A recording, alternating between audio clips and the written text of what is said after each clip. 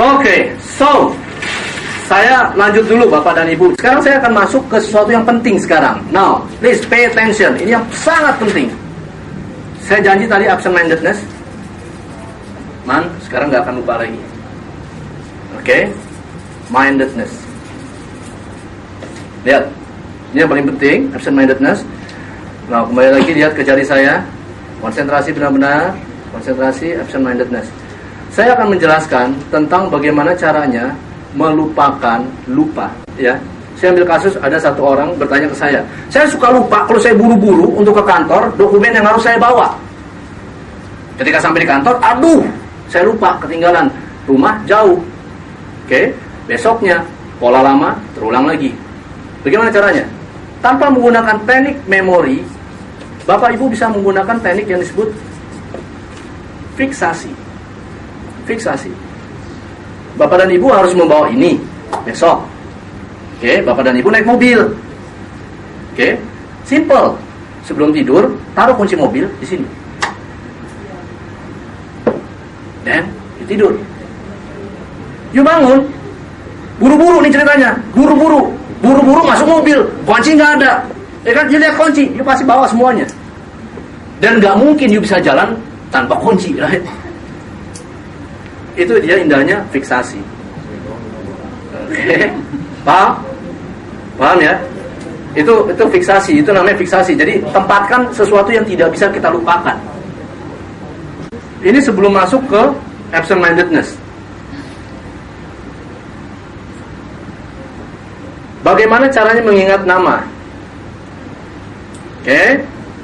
Nah, bayangkan Bapak dan Ibu kenalan dengan seseorang, jabatan tangan, kemudian 10 menit kemudian seperti biasa lupa namanya. Betul? Sekarang bagaimana mengeliminir itu? Simple. Ketika Bapak dan Ibu berkenalan, lihat ke wajahnya. Itu yang paling penting. Oke, karena Bapak dan Ibu harus menangkap distinctive physical characteristic. Apa dia ada ininya? Apa dia ada tanduknya? Apa dia ada apanya? Bapak dan Ibu harus tangkap. Apa yang menarik Bapak dan Ibu? Nah, gambar tersebut tahan, ambil. Lalu kemudian namanya. Ketika dia sebutkan namanya, dengarkan baik-baik dan tangkap namanya. Oke, lalu buat cara menangkap nama dengan teknik abstrak. Setelahnya ditransfer menjadi gambar. Selesai, gabungkan dalam suatu bentuk cerita.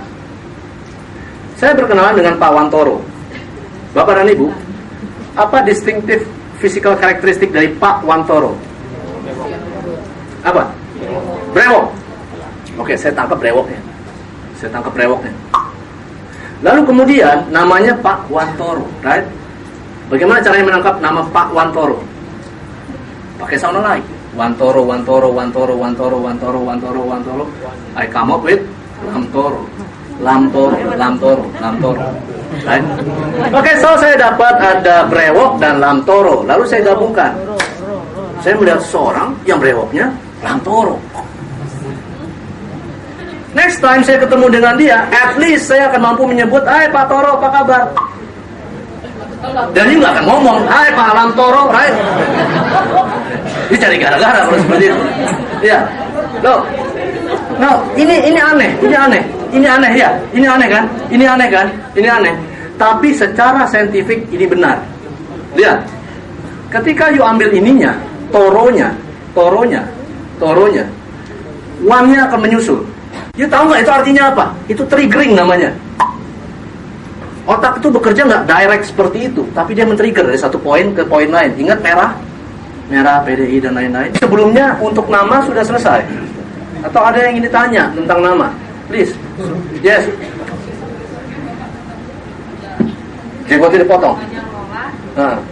Rambutnya keriting juga. Bapak identifikasinya gimana? Right, betul. Ini luar biasa. Itu sebabnya harus yang distinktif. Kan tadi saya sebut distinktif.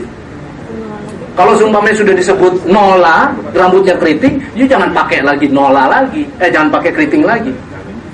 You harus buat yang lain. Itu sebabnya memaksa kita untuk menjadi kreatif. Oke. Nanti kalau umpamanya jenggotnya dicukur bagaimana? Ya harus cari lagi yang lain, bulu-bulu yang lain. Masa sih terlalu sedikit? No, just kidding.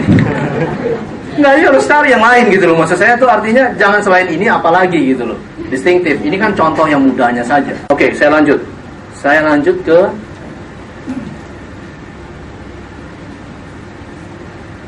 absent-mindedness. Bagaimana caranya menangkap ide yang muncul tiba-tiba atau yang disebut bulb ideas. Kalau seumpamanya Bapak Ibu, kalau seumpamanya Bapak Ibu pernah melihat film kartun, kalau kartun itu kalau seumpamanya muncul ada gambar lampu ya. Ya, itu sebenarnya diambil dari dunia psikologi yang disebut bulb ideas. Jadi lompatan intuisi itu, lompatan intuitif. Oke. Nah, cara menangkapnya adalah dengan begini. Setiap hal yang kita lakukan itu ada strateginya. Setiap hal yang kita lakukan bisa kita breakdown. Oke. So, kita bisa membuat urutan dari setiap aktivitas yang kita lakukan. Bayangkan, ketika saya naik mobil, saya ingat saya harus menelpon si Bapak X ketika saya sampai di kantor. Bagaimana? Itu case-nya seperti itu. Di jalan, seperti itu. Bagaimana caranya untuk menangkap? Very easy. Bagaimana caranya? Ketika kita sampai di kantor, apa hal pertama yang kita lakukan? No. Ketika kita turun dari mobil, apa hal pertama kita lakukan? Apa yang kita lakukan? Kunci pintu atau matikan mobil? Oke, matikan mesin. Oke, kita matikan mesin. Kita putar kan? Nah, berarti hal pertama yang saya lakukan ketika saya sampai, saya mematikan mesin. Nah, keep in mind, ketika saya mematikan mesin, gambar kegiatan ketika saya mematikan mesin atau gambar lubang kunci setir misalnya. Nah, sudah dapat. Lalu menelpon Bapak X. Menelpon Bapak X itu bagaimana caranya untuk menangkapnya? Dapatkan gambar wajah si Bapak X. Kap. Sudah dapat?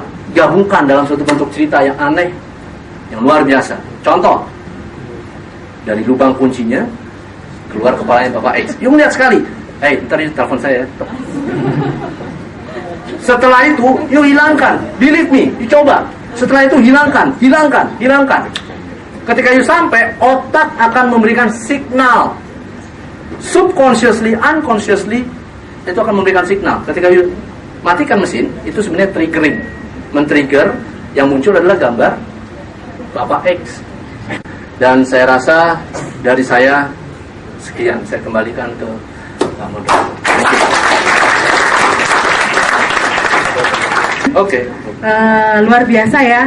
Mungkin kita sudah mendapat gambaran ya 80%, 20%-nya nanti Pak Hardi silahkan dikembangkan. Saya pikir sekarang jadi kita masing-masing tahu di divisi kita atau bagian kita apa sih ini bisa jadi trigger apa sih untuk selanjutnya kita mengembangkan kualitas kerja kita. Mungkin salah satunya Garuda udah melakukan Pak itu kacang sehat untuk jantung itu. Oh, luar biasa. Mungkin nanti serat bagus untuk metabolisme juga saya nggak tahu. Aplaus sekali lagi untuk Pak Irfan. Oke, dan selanjutnya sebelum acara ini kita tutup, ada ucapan terima kasih Pak dari manajemen dari perusahaan. Nanti diwakili oleh Bapak Eko. Kami persilahkan Pak Irfan untuk menerima. Terima kasih untuk ilmunya yang diberikan kepada kami. Sama-sama. Terima kasih Pak Eko. Terima kasih untuk rekan-rekan semua. Tadi ada pesan dari panitia bagi rekan-rekan yang tadi hadir dan belum mengisi daftar absen, silahkan Anda mengisi di situ. Oke, mari kita tutup pertemuan kita hari ini, monthly gathering kita hari ini. Kita berdoa. Berdoa dipersilahkan.